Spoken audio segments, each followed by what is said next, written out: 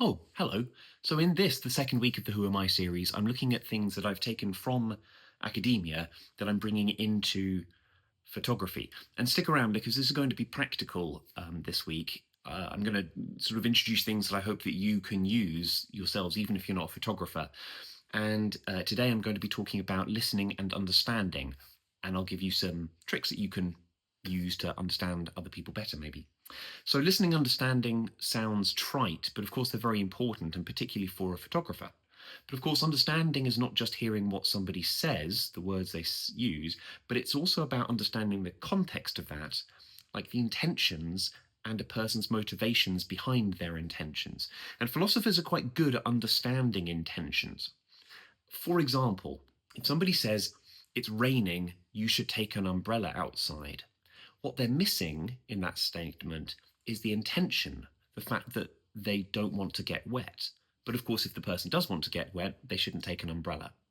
That's trite, but it's also missing from that statement, and philosophers get trained to pick up on these things.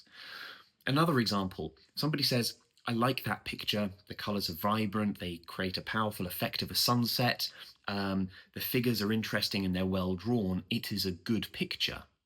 What they've actually done is they've conflated or confused niceness and pleasantness for goodness.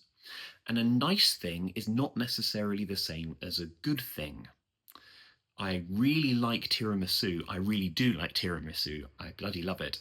But it's not the same thing as tiramisu being good, and tiramisu is obviously very bad for me. So there's a difference between nice and good, and that's really important with imagery. Last week, I had a client, an actor, who came in for some headshots, and they selected three very nice headshots of themselves. They looked excellent in them, and they had different backgrounds and different costumes, but they didn't have any variation. And so I said, "Hang on, stop there. I could sell you these three photos, but actually, they're not going to help your portfolio. They're not going to demonstrate breadth." And so in that situation, what was good for the client was showing breadth in their portfolio and a range of acting ability rather than just them looking nice. And that's one of the things that I've brought from academia over to photography. A second thing in understanding intentions and motivations. So clients put trust in their photographers to get the best photo for them. And so we have to work out what that best photo is. That's not clear immediately. And so the first thing that I do is have a long chat with the client to really get to know them. We quite often don't pick up the camera for a little while. I'll ask them, where do you want to be in 5 years' time? And what do you want the people who are looking at the photo to think as they're looking at that photo? And quite often that'll stop somebody and they'll have to think about it for a little while. But the photos that result from that are often much better photos. They are good photos rather than just nice photos.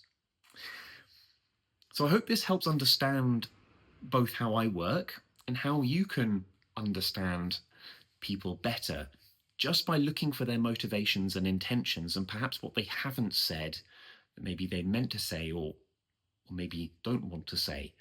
We can talk about that in the comments below. So let me know in the comments if you have any thoughts.